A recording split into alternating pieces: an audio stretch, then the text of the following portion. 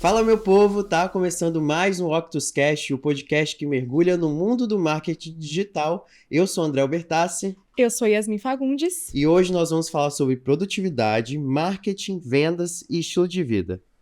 Olha, hoje a gente tem um convidado muito especial aqui, né, Chama André? aí, Yasmin. Ó, ele é mineiro, ele fundou a Zarpon, tá?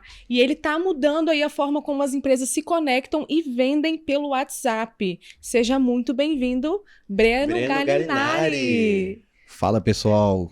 Muito prazer estar aqui com vocês hoje. É uma honra imensurável. E da forma que vocês me apresentaram aqui, eu comecei até a achar que eu era um pouco mais importante. Mas é sim. Conta pra gente. Primeiro eu queria agradecer você ter aceitado o convite. Sim. Não, que isso. E queria te perguntar como tem sido a experiência aí com o OctusPay, o almoço. Cara, bom? foi maravilhoso. Vocês prepararam realmente uma experiência incrível aqui. Levaram no restaurante mais chique de Vitória. No melhor restaurante que tinha. Pô, tô falando que eu tô começando a me sentir importante mesmo e eu acho que vocês estão de parabéns isso aí, viu? Ai, que ótimo. Obrigado. Eu queria começar pelo começo, cara. Você falou pra gente que você começou sua vida de empreendedorismo numa lan house, né? Seus pais tinham uma lan house. Exatamente, Como é que foi essa exatamente. história toda? Então assim, minha mãe era manicure e meu pai tinha uma oficina de refrigeração e minha mãe ela teve um problema de saúde, uma doença chamada fibromialgia, uma doença que ataca o sistema nervoso, se eu não me engano. Sim. E ela sentia fortes dores e tal. E nessa busca, né, de tirar ela dessa profissão, surgiu a oportunidade de a gente comprar uma lan house que o cara tava passando. Aí, com toda a dificuldade, o pai acabou conseguindo um empréstimo no banco na época, e aí comprou essa lan house e sobrou pra mim. Sempre gostei dessa área de tecnologia, e aí sobrou pra mim tocar esse negócio. E aí, um ponto engraçado dessa época da lan house é que, sem saber, né, eu sempre na verdade, assim, mais pelo medo de perder, eu sempre fui muito competitivo. Então eu sempre tinha um medo de perder. E na época, tinha um jogo que chamava Tibia. E a galera ia pra lan house jogar esse jogo. Isso foi mais ou menos em que ano? Foi, caramba, 2012, Ah, sim. por aí, 2011, 2010, mais ou menos por aí. Uhum. E eu tinha o quê? Eu tinha 15 para 16 anos na época. Era bem novo, então. E então, se for ver, era até antes disso, né? Vai ser lá para 2008, se eu não me engano. E aí, na época, tinha esse jogo e a galera ia pra lan house jogar esse jogo. Só que o que os caras faziam? Eles instalavam um programa que chamava Keylogger, que era que ele capturava todas as teclas digitadas na máquina. Então, qual que era o intuito de instalar o Keylogger na máquina da lan house? Era pra roubar a senha da galera. Uhum. E aí aquilo começou a me incomodar. Eu falei, pô, velho, eu não posso perder esse jogo, né? Vou deixar os meus clientes virem aqui e ter o Keylogger aqui e os caras roubar a senha deles, não vai acontecer. Sim. E aí eu descobri um programa na época que você instalava na máquina e ele meio que congelava o computador. Então toda vez que o computador reiniciava, ele voltava para aquele estado inicial. Uhum. Ou seja, o cara poderia pagar a hora dele, instalar o Keylogger, quando terminasse o tempo dele, o computador reiniciava e aquele Keylogger não estava lá mais. E aí foi a primeira vez que eu criei uma diferenciação de produto na minha vida, sem saber que eu estava fazendo isso. E Era como que mais você pelo medo de perder, né? conseguiu criar? Na verdade, eu não criei. Já existia Entendi. esse programa. O que eu fiz foi pesquisar na internet uma forma de prevenir, de inibir o Keylogger na lan house. Entendi, então eu já tinha veia empreendedora Uhum. desde sempre. Eu na verdade foi motivado pelo medo de perder, entendeu? Eu não vou aceitar perder pra esses caras. E aí foi a primeira diferenciação de produto assim que eu posso considerar que eu criei na vida. Entendi. E como que foi essa parte? Porque a sua família teve um momento que saiu da lan house, né? Como que foi isso? E você começou a tomar conta? Isso, na verdade, assim, foi desde o princípio, né? Uhum. Tipo assim, eles não saíram do negócio.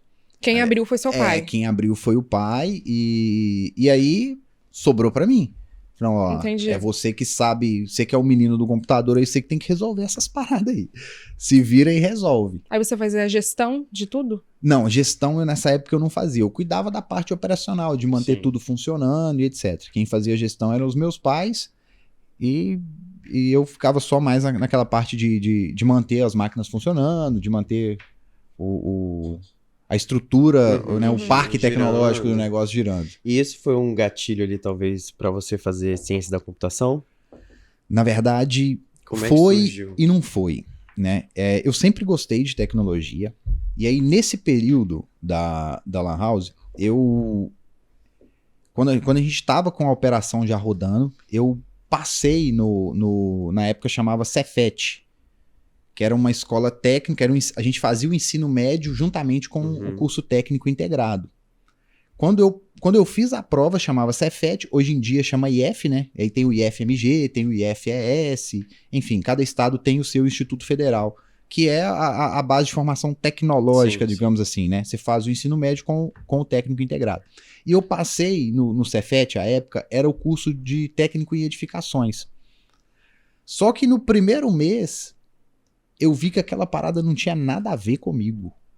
Não tinha nada a ver comigo. Eu fui embora, fui morar em Ouro Preto, morar em República, né, ser tecnicamente independente, aprender a correr atrás das minhas coisas.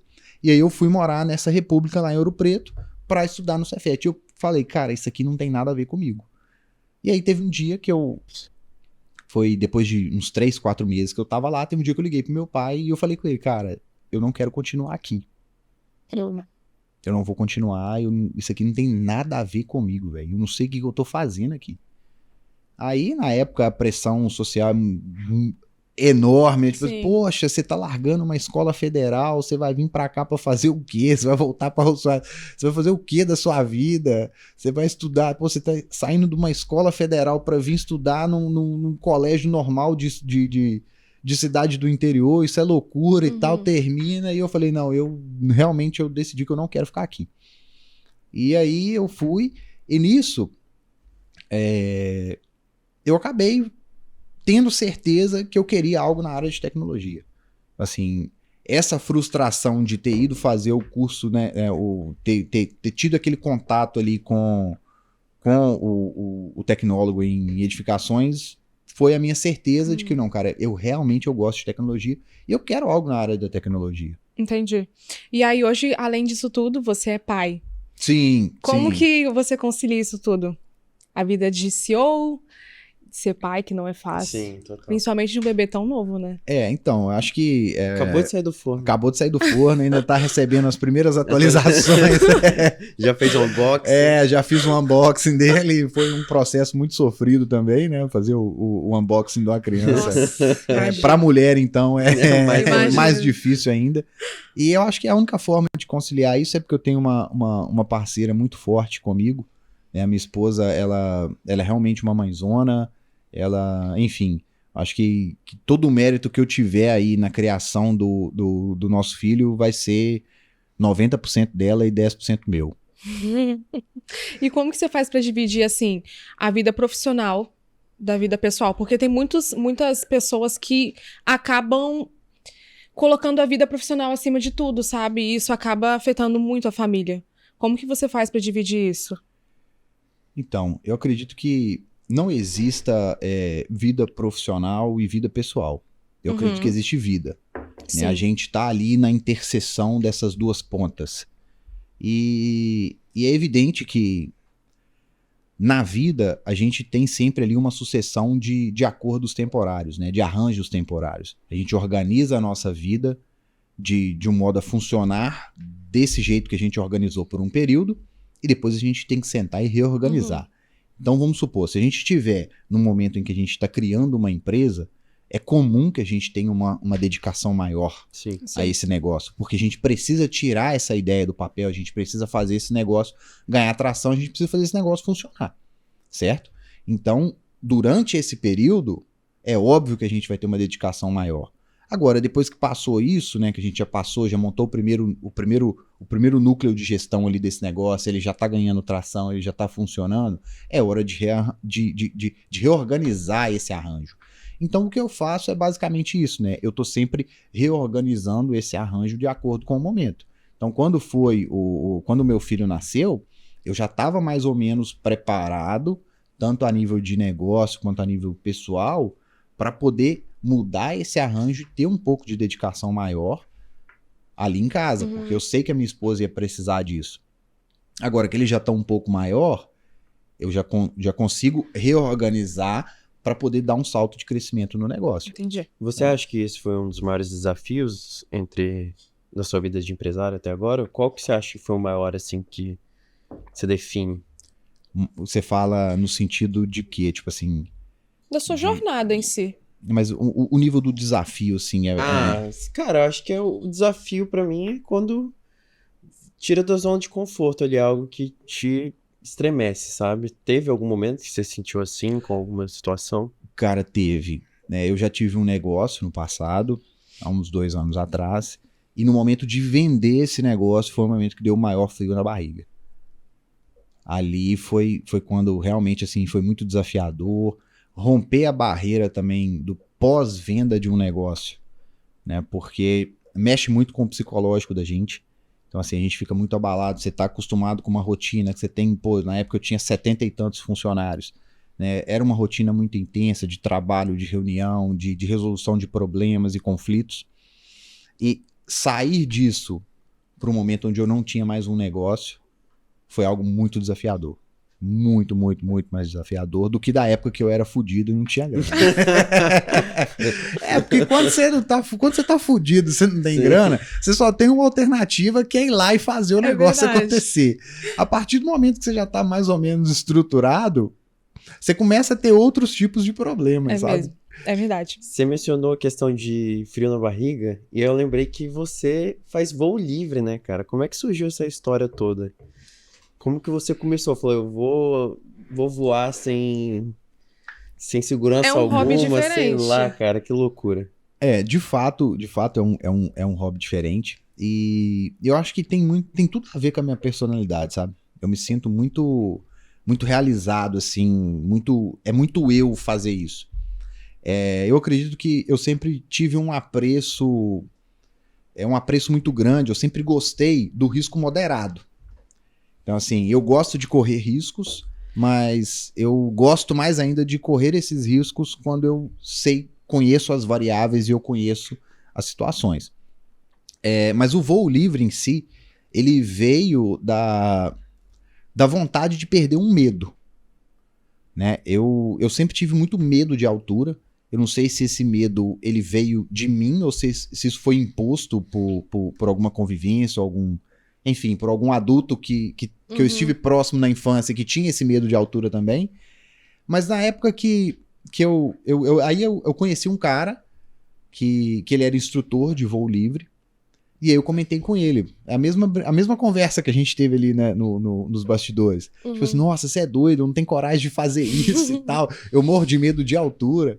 E aí ele falou comigo, cara, vamos perder esse medo aí. Vamos voar, perder esse medo aí de altura. E aí eu falei com ele, cara, eu vou aceitar esse seu convite aí, eu vou encarar esse meu medo de frente, eu vou vencer esse meu medo e eu vou voar contigo. A princípio era só isso. Pô, eu vou voar com ele pra perder o meu medo e tá tudo resolvido, né?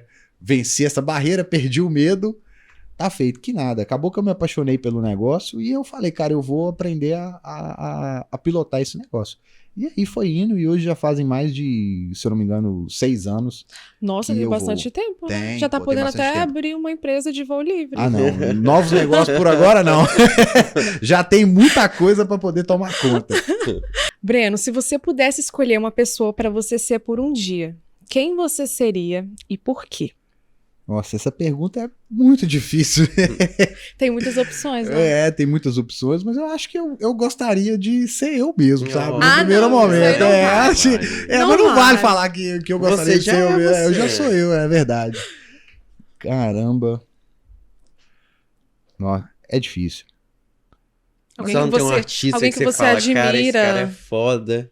Queria ter um dia de show de rockstar. Não tem assim um ídolo. Não tenho ninguém assim. Algum professor de voo livre? Não. Mas assim, eu acho que uma figura assim icônica seria tipo um presidente dos Estados Unidos. Irado. Acho que deve ser uma cadeira que deve ter um peso extremamente gigante, né?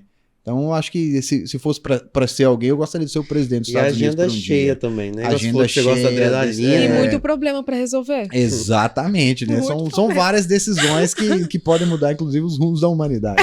Cara, já pegando o gancho com a sua vida profissional, você falou que gosta de tomar riscos, né, no nosso almoço. Acho que você acha que isso é uma característica de todo empresário? Como é o seu perfil também, mediante essas empresas que você já entrou, já trabalhou? Então, eu acho que a questão do tomar risco pode ser sim uma característica de todo empreendedor, mas eu já vi empreendedor que não gosta de tomar muitos riscos. Conservador. Sim. Existem empreendedores que são extremamente conservadores e tá tudo bem, né? Eu acho que a gente não pode, de forma alguma, querer criar regras de como as pessoas devem viver, né? De como que deve ser e que, Sim. para você ter sucesso, você tem que tomar X risco. Eu acredito Sim. que não seja dessa forma, sabe? Eu acho que o sucesso ele é algo muito pessoal e a questão do risco, acho que vai do estômago de cada um, né? E vai de o quão preparado o cara tá para esse tipo de risco. Eu não me considero um empreendedor ou um investidor extremamente arrojado, eu me considero muito moderado. Mas embora, às vezes, eu tome alguns riscos a mais em alguns negócios, em algumas ações. Acho que é muito do estar preparado Sim. para aquela situação ali.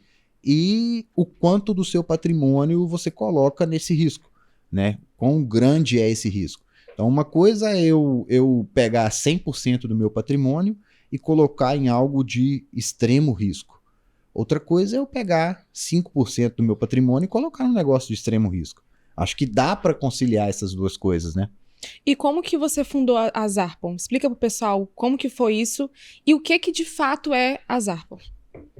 A Zarpon ela tem uma história de fundação muito interessante, né? Foi no momento que eu tinha saído de um negócio. Então eu fiquei um tempo sem nada, sem fazer nada, curtindo a vida, né? O famoso curtir a vida, vou descansar. E aí eu comecei meio que dar uma pirada, né? Tem um amigo que fala que eu comecei a bater pino. Cara, você começou a bater pino. E em que sentido, né, que eu bati pino, assim? Eu comecei a ficar numa sensação de inutilidade, porque eu tinha saído de um negócio, eu tinha feito um exit de um negócio, tinha vendido esse negócio, então eu tinha conseguido um certo sucesso financeiro com isso. Só que, como eu disse há pouco, né? O sucesso ele é algo muito relativo. Sim. Então, eu acho que ele é muito pessoal. E nisso eu comecei a sentir que eu me tornei inútil aos meus 20 e poucos anos, aos meus 29 anos, por exemplo. Pô, eu tô inútil, eu não tenho negócio, eu não faço nada, e eu tô vivendo aqui uma vida extraordinária sem fazer nada. Então eu comecei a achar que eu não era merecedor disso. Uhum. E aí eu comecei a procurar novas oportunidades. E eu vi que o WhatsApp ele era a grande ferramenta, né, a maior ferramenta de comunicação no Brasil, e que existia muita oportunidade aí. Porque eu acredito que a gente tem que respeitar a natureza das coisas. E o WhatsApp, ele não foi feito, a natureza dele ele não foi feito para ser uma ferramenta de venda, nem de atendimento. Ele foi feito para ser um canal de comunicação entre você e os seus amigos. Sim. Então eu vi muita oportunidade nisso, porque a ferramenta que foi feita para ser um canal de comunicação com você e seus amigos, ela estava sendo utilizada para ser um canal de vendas e atendimento. Então isso traz inúmeras oportunidades. E aí eu falei, cara, eu acho que tem oportunidade aqui e eu quero explorar isso. E aí a gente fez o primeiro MVP, a gente foi para o mercado, a gente validou. Isso você estava fazendo sozinho ou você já tinha uma equipe? Não, como foi? É porque assim, eu comecei fazendo sozinho, e aí depois eu contratei um desenvolvedor para a gente poder ganhar velocidade. Uhum. Porque além de fazer o negócio, eu queria aprender coisas novas nesse processo. Uhum. Né? E a gente estava até no almoço, eu estava falando que o meu trabalho hoje e durante algum tempo, ele foi o de alocar recurso, né? Colocar as pessoas certas nos lugares certos com a quantidade de recursos e de ferramentas que eles precisam para poder executar o trabalho. Só que eu gosto de desenvolver software. É algo que eu faço e eu faço com prazer e eu sou relativamente bom nisso. E eu queria aprender algumas coisas relacionadas à construção de software, algumas novidades, algumas metodologias novas. Então eu queria aprender isso. E aí eu comecei desenvolvendo eu mesmo, depois contratei um desenvolvedor, e aí a gente foi crescendo o time. A gente fez um primeiro MVP ali, né? A gente fez a primeira versão do produto, validamos, deu super certo. A gente descobriu uma pá de problema no meio disso aí. E demorou quanto tempo? Desse processo de começar até começar a realmente rodar e funcionar? Olha, da primeira linha de código, digamos assim, né? Do primeiro movimento de desenvolver até a gente ter o primeiro MVP, foram, se eu não me engano, de 6 a 8 meses. Um tempo relativamente rápido, né? É e não é. Porque para criar uma programação de WhatsApp deve ser difícil.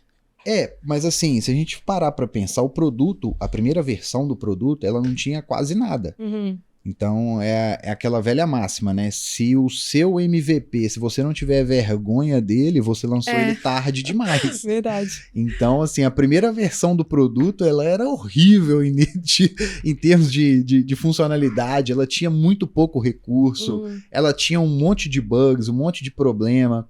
Então,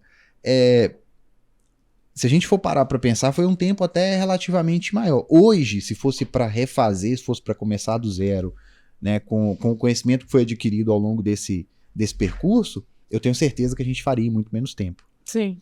E você falou, né, que o WhatsApp normalmente ele foi feito para ser usado de uma ferramenta de comunicação de amigos entre amigos, né? E a galera usa muito para vendas. Qual que você acha que é o maior erro que as empresas cometem no atendimento de WhatsApp? Se a gente for parar para pensar, se a gente for analisar, eu gosto muito de analisar o mundo ao nosso redor para poder tirar as conclusões, né? Eu acredito que tudo está correlacionado. Então a gente consegue, e eu descobri isso, né? Só puxando um gancho, daqui a pouco eu volto para responder a sua pergunta. Eu descobri isso quando eu estava estudando, quando eu estava fazendo o curso de ciência da computação.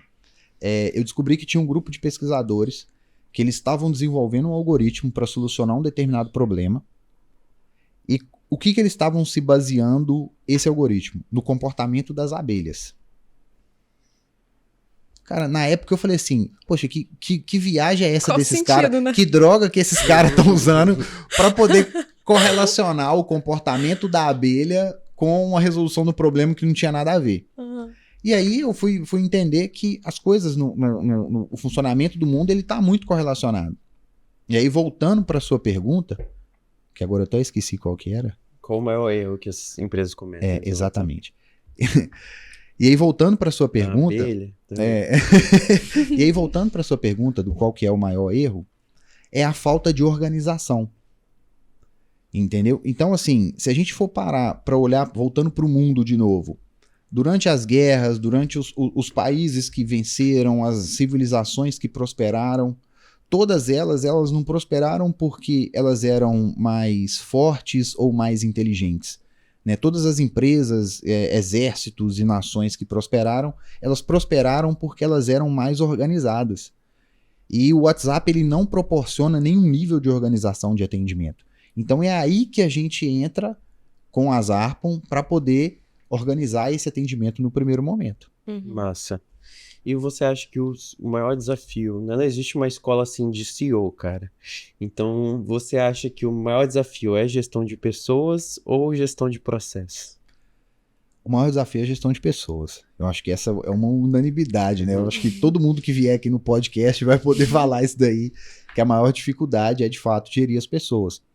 Porque a gente vem de criações diferentes, a gente tem aspirações diferentes, e a gente tem vontades diferentes, enfim, né? E eu acho que isso é o que é o que a gente tem de melhor, né? Sim. Que é o que nos torna únicos e também é a parte mais difícil. E cortando rapidinho, nessa questão de lidar com pessoas, como que você fez para conseguir liderar uma equipe e escalar a empresa de forma assim tão rápida que foi em um ano, né? A empresa só tem um ano Sim. e já é grande. Sim. no mercado. Como que você fez para conseguir escolher as pessoas certas para fazer parte do time? Eu acredito que o primeiro ponto é a gente buscar conhecimento, Uhum. sabe? Então, assim, eu gosto muito de ler, eu tô sempre buscando alguma coisa nova, eu tô sempre vendo um podcast, né, escutando outros empreendedores, pessoas que já chegaram onde eu quero chegar ou que já tentaram chegar onde eu quero chegar. Então, eu acredito que essa busca do conhecimento é o que vai fazer com que você consiga formar a sua base de comportamento. E quando a gente fala de pessoas, eu acredito que a paciência é uma virtude. Então, acho que às vezes a gente tem só que esperar e continuar buscando que a gente vai encontrar a pessoa certa.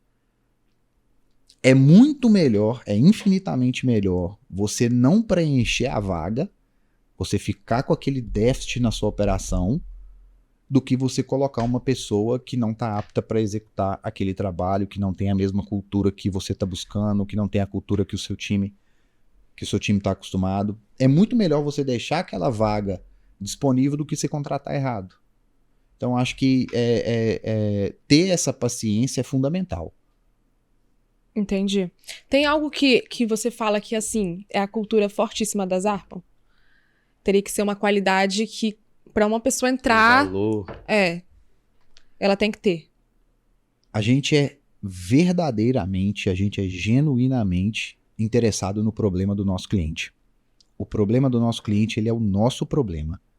Então, se alguém quiser trabalhar no nosso time, ele tem que ter a plena certeza de que ele vai engajar no problema do cliente, ele vai querer resolver aquele problema ali. A gente tem lá dentro da companhia um inimigo declarado. A gente falou, cara, o que a gente está combatendo aqui? Quem que a gente quer eliminar? A gente quer eliminar o atendimento ruim. Então a gente tem como premissa o nosso inimigo declarado é o atendimento ruim. Nós vamos eliminar o atendimento ruim. Muito bom. E nós vamos fazer isso. Qual que você acha que são os 3 pilares aí de um bom atendimento? Os 3, assim, os 4. O que for pra você citar? Vamos Os lá. 3 principais. O primeiro ponto é a velocidade de resposta. Responder o cliente de forma rápida e assertiva é o primeiro ponto do atendimento. Porque, assim, principalmente no WhatsApp, a gente está acostumado a mandar uma mensagem no WhatsApp e ser respondido logo em seguida. Sim. E quando as pessoas mandam mensagem no WhatsApp, é diferente do e-mail. Quando eu te mando um e-mail, eu sei que você vai demorar para me responder. Já tá implícito ali. Sim. Não, e se abrir o e-mail, né? Exatamente. Se abrir o e-mail. Se ele Mas não cair no spam. É verdade. Mas quando as pessoas mandam um e-mail, elas já esperam que vai demorar. Uhum. Quando a pessoa abre um ticket, ela já espera que aquilo vai demorar. Mas quando ela manda um WhatsApp, não, ela quer ser É na respondida na Sim. hora. Então a velocidade de resposta é super importante. E eu acredito que o segundo ponto, que é o que a gente tem de premissa lá, é se interessar pelo cliente, cara. É se interessar genuinamente pelo cliente. Não adianta eu querer te atender bem se eu não me interessar pelo seu problema, pela nossa conversa. De que adianta? Se eu simplesmente recepcionar a sua mensagem ali e atender de qualquer maneira, eu não estou interessado no seu problema, de fato. Eu não estou interessado naquela conversa, naquela interação. Então, acho que é esse o principal ponto. É responder rápido e se interessar pelo cliente. Você tem um background de marketing de afiliados. Você acha que, de alguma maneira, essa experiência sua inspirou na criação da Zarpon? Então, a gente não falou, mas eu já desenvolvi uma plataforma de marketing de afiliados, uma plataforma de pagamentos, e com certeza isso contribuiu para a minha visão de produto, para a minha visão de negócio como um todo. Enfim, né, a gente acaba sendo a somatória das nossas experiências, né? Então, quanto mais experiências em áreas diferentes a gente tem, mais a gente consegue conectar as pontas e aprender durante esse processo. Então, sem sombra de dúvidas, ter trabalhado não só com marketing de afiliados, com sistema para logística de marketing de afiliados. Então, tudo isso contribuiu para que eu tivesse uma visão de produto e conseguisse trazer essa visão para a prática mesmo, sabe? E dá uma bagagem bem maior também, Sim, né? sim. Pra você conseguir criar até mais coisas mais pra frente. Agora a gente vai pro nosso quadro, Problema versus solução. A gente vai colocar alguns problemas aqui na tela que as pessoas de casa costumam passar. E você, em poucas palavras, tem que falar como você resolveria isso, tá bom? Tá bom. Então vamos lá. Tenho dificuldade em priorizar minhas atividades. Muitas vezes acabo dedicando tempo a tarefas pequenas e deixo as importantes para o último minuto. Como que você resolveria isso, Breno? Olha, muito simples. Começa fazendo o que é mais importante primeiro. Entendi. E como que a pessoa vai saber o que é o mais importante? Tem que conseguir... O primeiro passo é escrever tudo que você tem para fazer, e aí você prioriza. O que é mais importante? O que vai me gerar mais resultado? Né? O que eu preciso resolver primeiro? E aí, depois que você priorizou, você consegue resolver do mais prioritário, do mais importante, para o menos importante. Eu tenho uma característica seguinte: eu prefiro fazer aquilo que é mais difícil primeiro, porque no final do dia eu já não tô com paciência para nada. Inclusive tem uma ferramenta muito legal que chama matriz de priorização, que aí você consegue listar de 5 a 1 do mais importante para o menos importante. Eu conheço a matriz de Eisenhower também. Ah, legal. Que você pega, você divide em 4 e aí um período, aí você vai colocando, tipo assim, o que for urgente eu faço, o que for menos urgente eu delego, e aí tem algumas outras coisas que dá pra fazer no meio disso aí. Mas é basicamente isso, você prioriza aquilo que é mais importante, primeiro você lista, depois você prioriza, e aí você começa executando daquilo que é mais prioritário pro menos prioritário. Top. Próximo. Os clientes estão desistindo de compras no último estágio do funil de vendas, mesmo após demonstrarem interesse no produto. Como que a gente resolve isso? Como que a gente resolve isso? Eles estão desistindo no último estágio do funil de vendas? Pô, acho que pode primeiro mandar eles lá pra Octus, porque pode ser algum problema no checkout aí. O checkout não tá funcionando direito, porque o cara já chegou no final. Mas eu acho que nesse ponto aí é super importante coletar feedback do cliente. Vamos pegar e vamos ligar pro cliente, vamos mandar mensagem pra ele. Porque assim, a gente não controla resultado.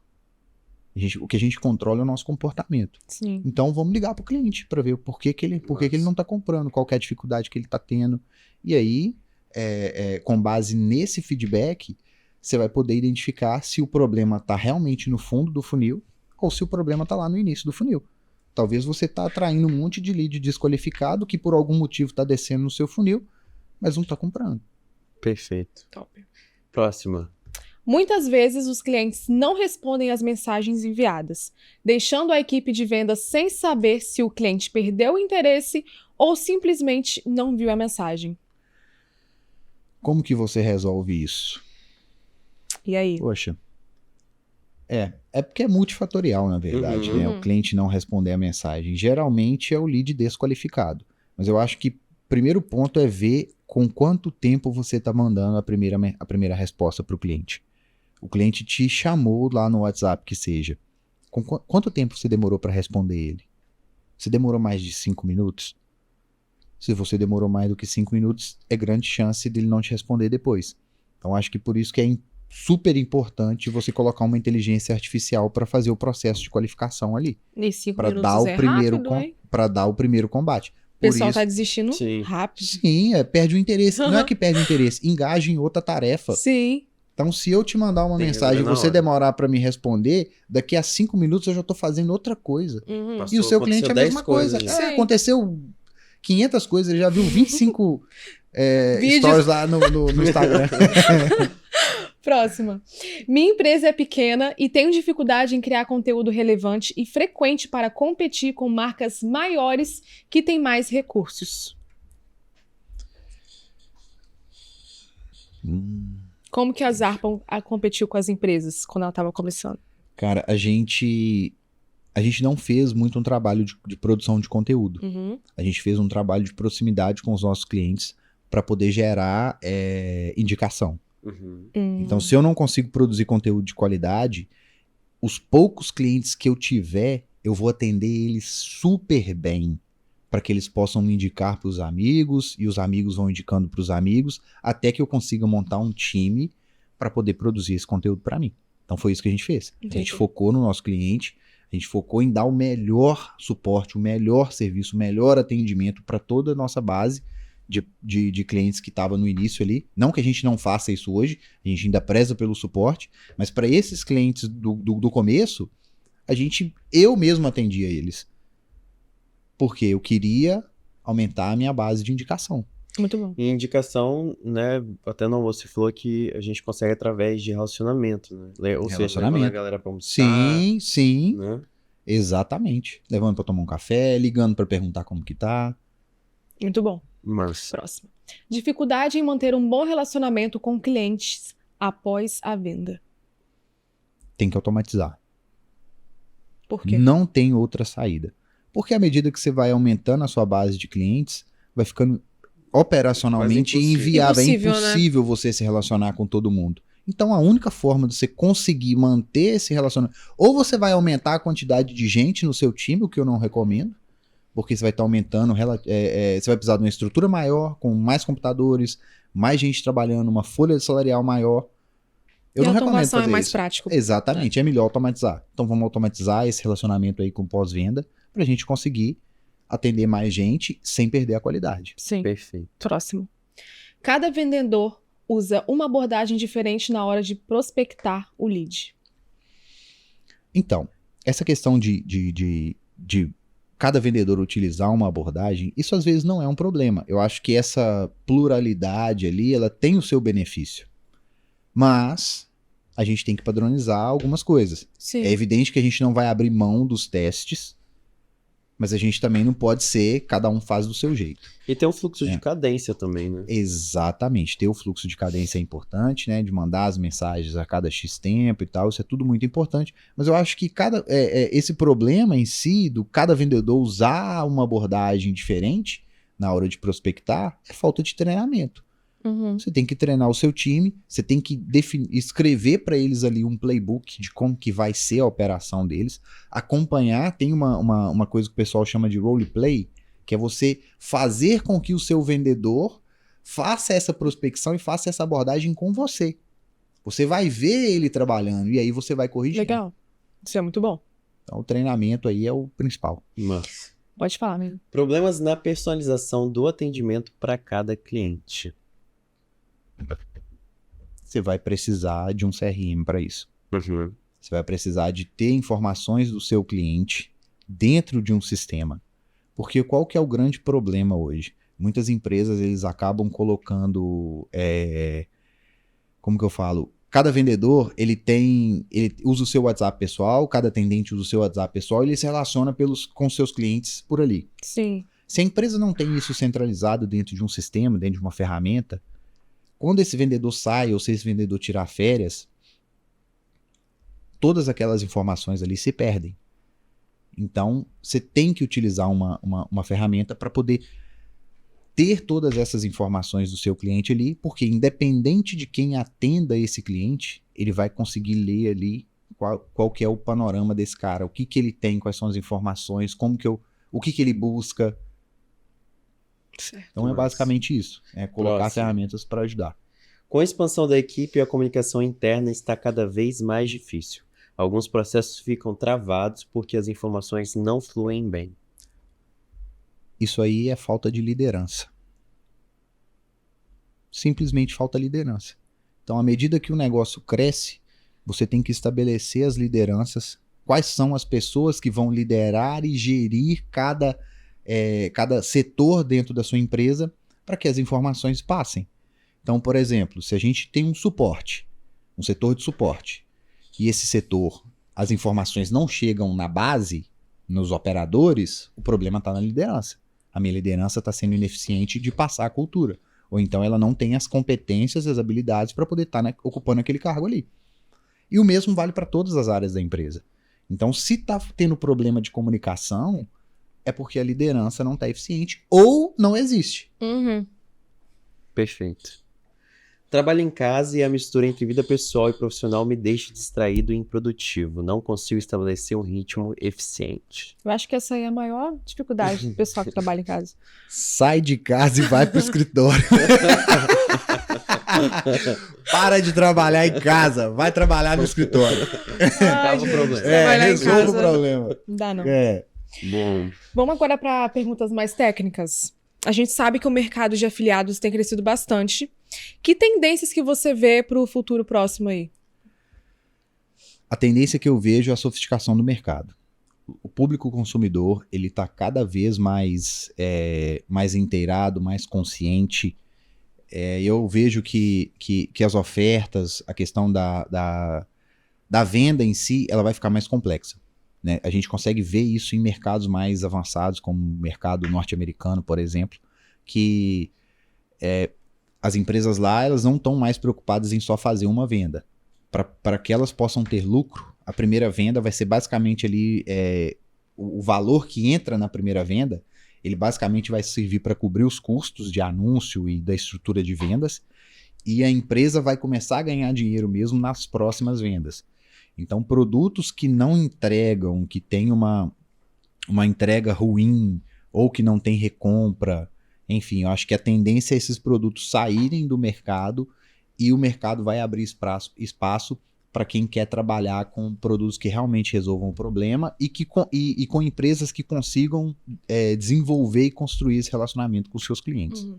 você acha que um dos maiores desafios hoje no marketing de afiliados é a construção de marca? Sim, a construção de marca. Passa pela construção de marca. Uhum. O que você fez para conseguir alavancar a Zarpon tão rápido? Isso dentro do marketing digital. Quais estratégias você usou? A gente procurou os formadores de mercado. Então, assim, a gente foi em pessoas que tinham grande influência Uhum. com outros afiliados. Então, assim, vamos dar um exemplo aqui. O cara, ele tinha uma mentoria que treinava novos afiliados para o mercado. Então, a gente ia nesse cara e fazia uma parceria com ele. Parceria, então, né? Parceria. E aí, como que você Totalmente parceria. era essa parceria? Mais ou menos. A gente fornecia um treinamento para ele, a gente fornecia a construção dos funis, de toda a parte de automação, a gente dava para esse cara, para esse produtor, toda essa construção de automação para que ele possa replicar para os seus afiliados. Então, nisso todo mundo ganha. Ele ganha porque os afiliados dele vendendo, ele ganha mais, a gente fornecendo para ele a estrutura, ele não tem nenhum custo e ele vai vender mais também, porque a estrutura dele está rodando, enfim. É uma cadeia, uma relação ganha-ganha-ganha. Né? Uhum. Entendi. É uma estratégia boa para quem tá começando. Sim, sim. E quer Parceria, crescer também, né? Parceria. Sim.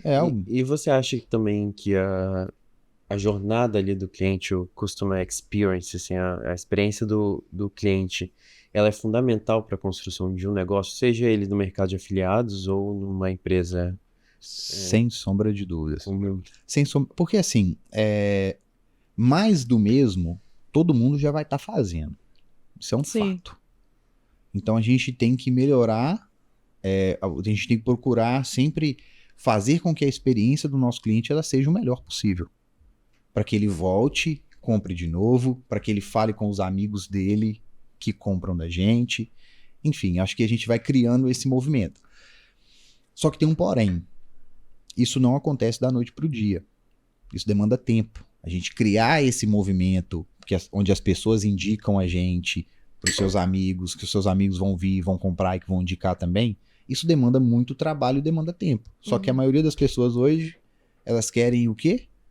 Para ontem. Né? Quer o sucesso de forma rápida, quer o atalho, quer a bala de prata, enfim, mas isso não existe. Para você, assim, qual o maior erro que um empreendedor pode cometer? Querendo crescer uma empresa? Maior erro? São vários erros que pode cometer, né? E elencar, assim, o maior é uma tarefa muito difícil. Mas, no primeiro momento, eu acredito que seja não focar no cliente. Porque eu vejo muita gente focando demais na solução. Porque eu vou desenvolver o melhor produto e tal, não sei o quê. E aí ele desenvolve o melhor produto para ele, não é o melhor produto para o cliente. Né? Então, acho que não colocar o cliente no centro da operação, não colocar o cliente no centro, e quando eu falo colocar o cliente no centro da operação, é colocar o cliente no centro de todas as decisões. Então, vamos ver o que é melhor para esse cara, para esse meu cliente. E aí a partir do que for melhor para ele, você vai construindo o seu negócio em torno disso daí. Como que você fez para no começo entender qual era a maior dor do seu cliente? Conversa com o seu cliente. Pergunta para ele. As pessoas adoram falar sobre os problemas delas. Elas adoram compartilhar as dificuldades que elas estão enfrentando no dia a dia. Converse com elas, vai entrevistar, vai perguntar. De novo, se interesse genuinamente pelos problemas do seu cliente. Pergunte para ele o que está incomodando, onde que está ruim. Procure entender o que é que está se passando no dia a dia dele. Né? Eu acho que pode substituir por uma palavra que chama empatia. Sim. Que é você se colocar no lugar do seu cliente. É porque a maioria das vezes as pessoas ficam tão focadas em vender o produto e dar certo que esquecem que tem outra pessoa do outro lado que tá comprando aquele produto. Exatamente. E que às vezes o produto nem serve para aquela pessoa. Exatamente. Aí o cara vem e não compra de novo e ainda fala mal ainda da sua marca. Verdade. Bom, a gente tem visto uma crescente cada vez maior do uso da inteligência artificial e da automação para negócios. Qual que você acha que é o futuro disso tudo? É aumentar. A tendência é que se aumente seja cada vez mais comum. Exatamente. Isso vai se tornar muito comum e com isso, algumas funções, não profissões, mas funções, elas vão precisar de passar por um processo de refinamento.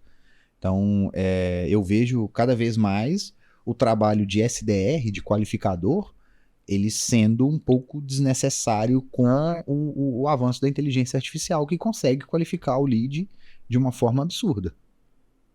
Irado. E tem algumas ferramentas de inteligência artificial junto com a automação? Sim. Na Zarpon hoje a gente tem. A gente tem tudo para poder automatizar o processo de qualificação de cliente até o processo de venda.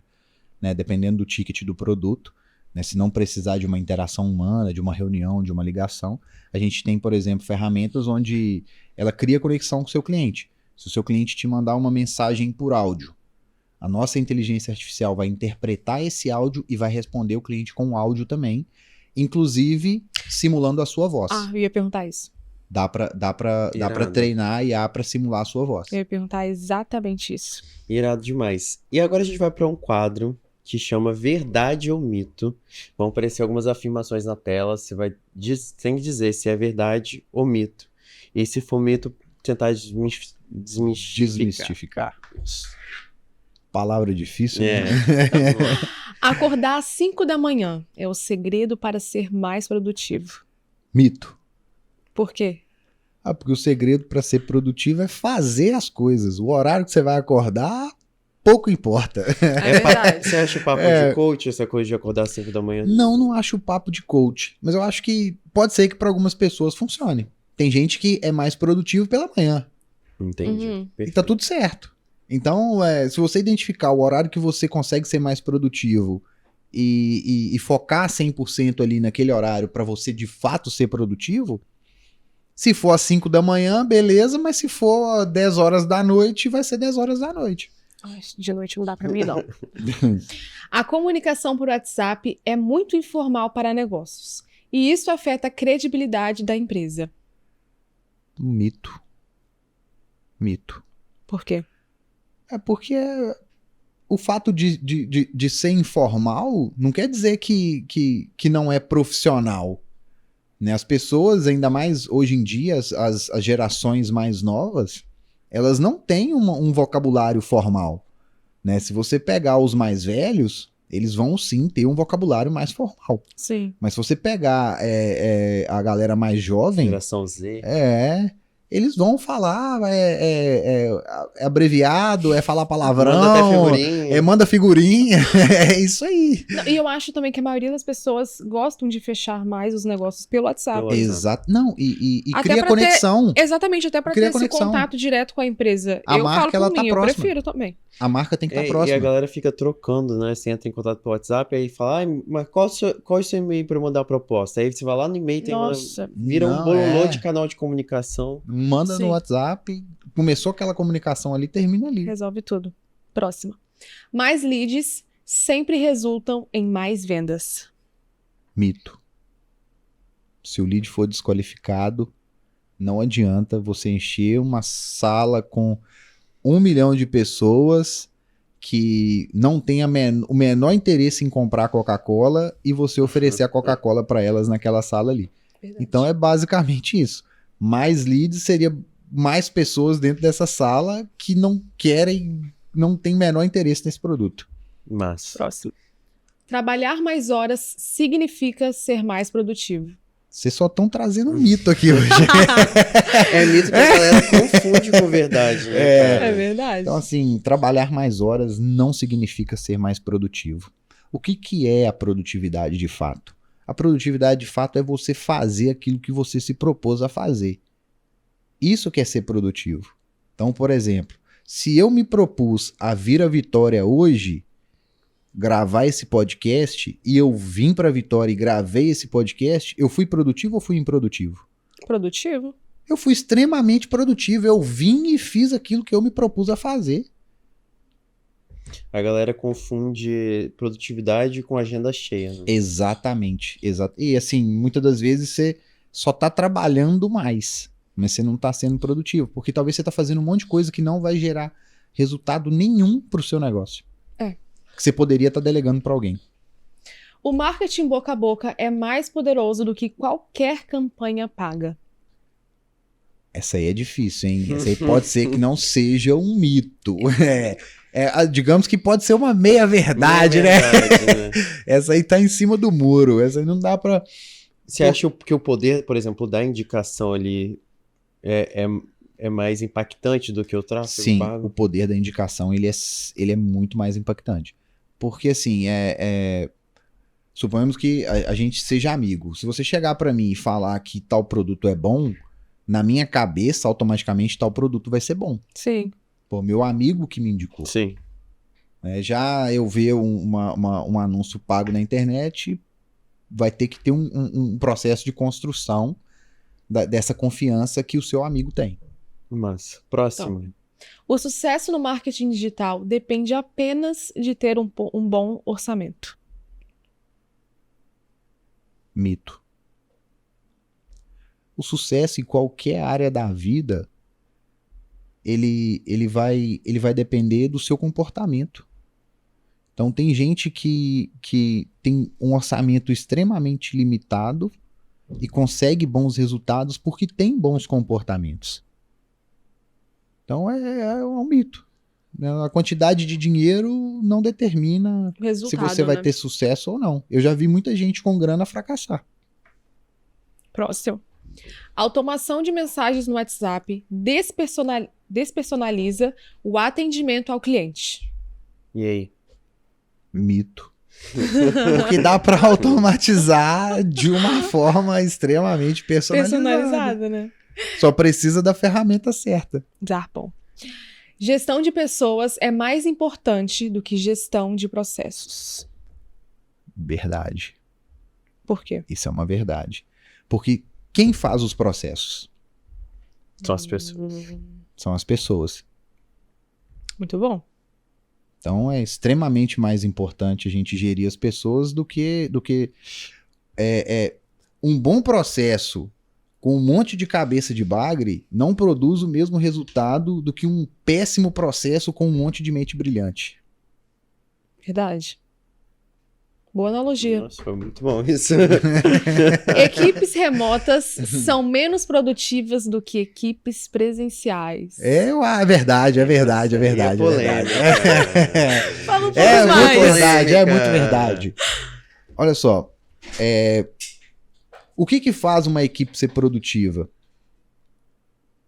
Além da habilidade delas, o ambiente e as conexões que elas fazem. Então, no ambiente de casa, pelo menos é o que eu acredito. Eu acredito que ele seja muito mais propício a você ter inúmeras distrações Com certeza. do que no ambiente do escritório. Eu acredito que o ambiente que a gente tá, ele molda os nossos comportamentos. Então, se você tá na igreja, você vai se comportar de uma forma completamente diferente de como você se comporta quando você tá num barzinho com seus amigos bebendo. E a mesma coisa vale para o seu comportamento no escritório. O seu comportamento no escritório ele vai ser completamente diferente do seu comportamento em casa.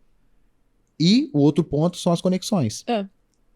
Você vai se conectar com seus colegas de trabalho, você vai ter mais oportunidade de bater papo, você vai ter mais oportunidade de tirar uma dúvida do que estando em casa. No escritório você vai ter muito mais oportunidades de ter essa troca e de ter esse momento de aprendizado. Sim. Afiliados de nicho têm mais sucesso do que afiliados que promovem vários produtos. Verdade. Isso é uma verdade. Porque a especialização, né, o foco em uma área, ele vai te tornar muito mais especialista do que você fazer de tudo, né? Então, é a analogia do pato, né? O pato nada, voa e corre, mas não faz nada direito. Ele não nada direito, ele não corre direito, ele não voa direito. Então é basicamente isso. O afiliado que promove produtos de vários nichos, ele vai ser tipo o pato, assim. A não ser que ele seja extremamente fora da curva. Uhum. O mercado de afiliados está saturado e não tem mais espaço para novos entrantes. Mito. Acho que só está crescendo, pelo contrário. Só está crescendo. Cada dia que passa, mais pessoas estão comprando pela internet. Não tem como dizer que está saturado. Tá crescendo. E nunca vai saturar. A tendência é que isso aumente. E tem espaço para todo mundo também, né? Independente do nicho. Ou não? E não é. É? E não é. Eu acho que tem espaço para aquele que se dedicar, sabe? Não é fácil, né? Para aquele que realmente mergulhar de cabeça nisso, que realmente procurar gerar valor para o seu cliente, para aquele que realmente estiver disposto e pagar o preço a fazer diferente. Sim, e uma coisa que eu achei interessante, o Otávio Passos já veio aqui conversar com a gente, e ele falou que ele seleciona, ele faz um processo seletivo para os afiliados deles, para eles entenderem, né, se o cara tá afim de vender realmente, sabe? Porque, querendo ou não, é o produto do Otávio e tá, né, e cerca esse mundo inteiro. E o afiliado, principalmente do Otávio, ele vai consumir a estrutura do negócio do Otávio. Sim. Então ele vai gerar mais demanda de suporte para o time do Otávio. Então, se realmente ele não quiser, é bom que ele não vá mesmo. Próximo. Empreendedores precisam sacrificar a vida pessoal para ter sucesso. É um mito. É aquilo que a gente conversou mais cedo. A gente vive numa interseção. Sim. Né, entre a vida pessoal e a vida profissional, porque só existe vida. Sim.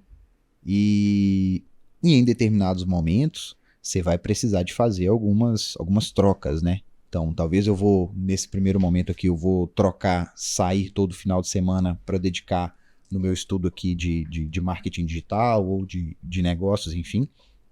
Mas sacrificar é uma palavra muito forte. Muito forte. Né? Eu acho que é mais essa troca temporária mesmo. Mas teria que sacrificar certas escolhas. Sim, por um período de tempo. Próxima. Acabou. Show. Acabou o nosso quadro.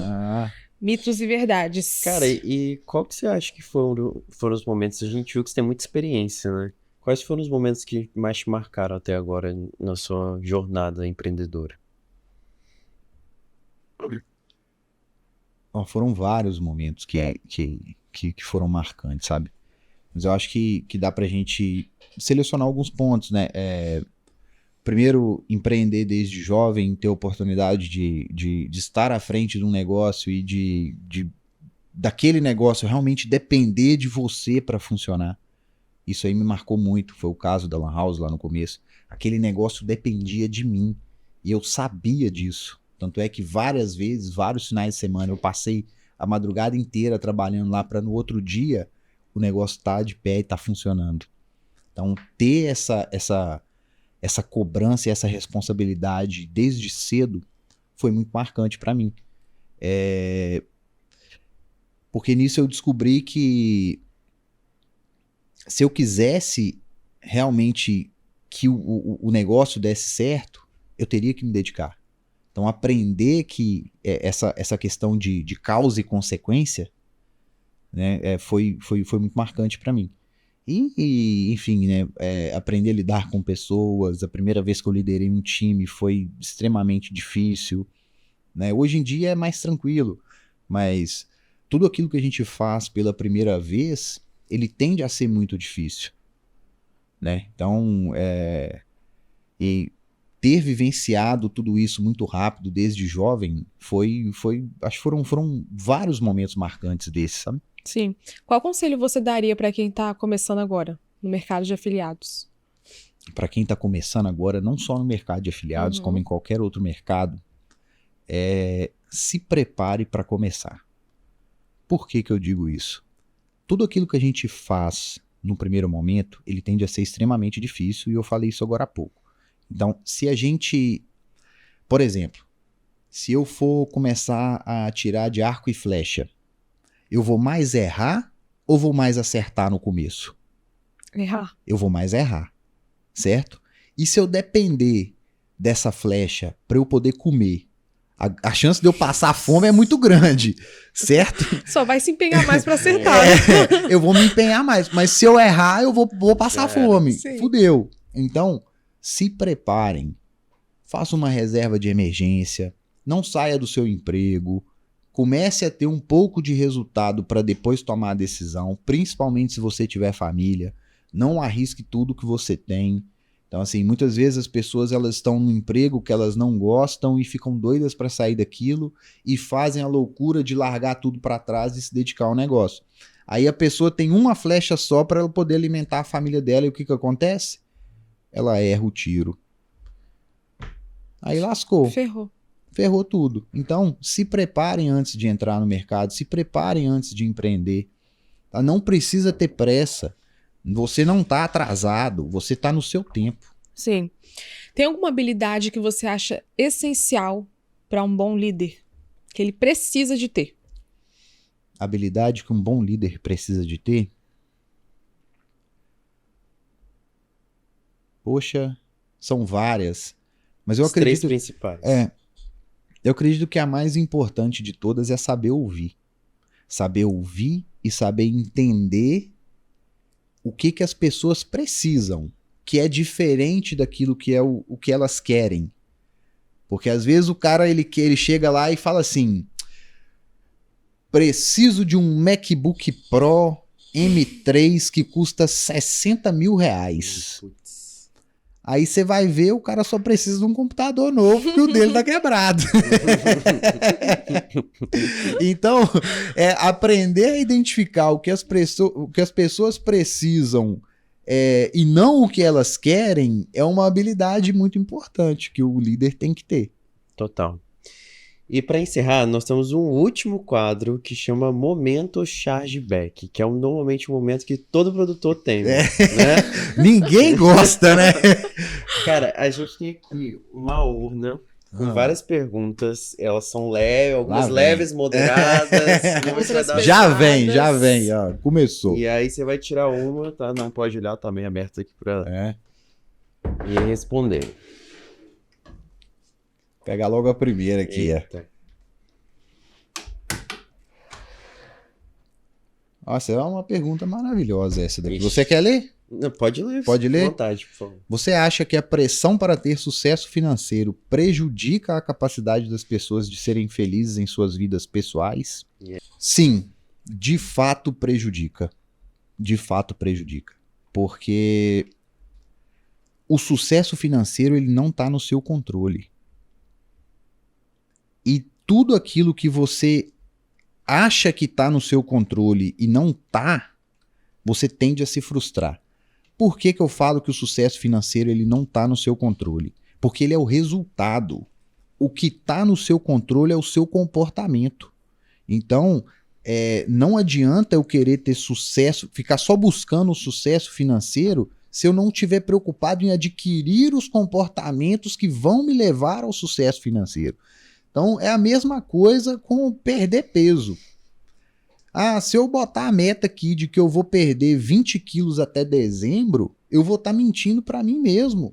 Porque a quantidade de peso que eu perco não tá no meu controle. O que tá no meu controle é o comportamento. É quantas vezes eu vou na academia, é quantas vezes eu sigo a dieta, é quantos litros de água que eu vou beber durante o dia. E a mesma coisa vale para o sucesso financeiro. Ele não está no seu controle. O que está no seu controle são seus comportamentos.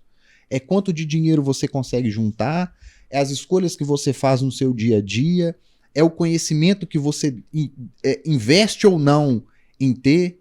Então as pessoas ficam buscando ali o sucesso financeiro rápido, mas não se preocupem em adquirir os comportamentos, porque é isso que vai levar elas ao sucesso financeiro.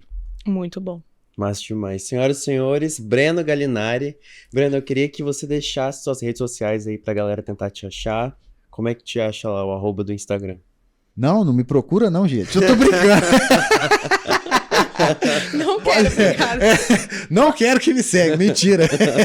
Ó, o meu Instagram é Breno Gallinari, Galinari. E é por lá que eu tô. Pode mandar mensagem, pode ficar à vontade. Eu tento tirar sempre um tempo para responder o pessoal lá. Eu sempre não posto tanto conteúdo quanto eu gostaria, mas vou me comprometer, vou adquirir esse comportamento para poder... acredito que uma forma de dar um retorno aí para a sociedade e poder ajudar as pessoas que querem empreender. Pode me seguir lá, que vai ser um prazer a gente trocar ideia. Foi incrível. Perfeito. Queria agradecer pela sua presença. Isso, Foi ótimo minha ter honra. você aqui.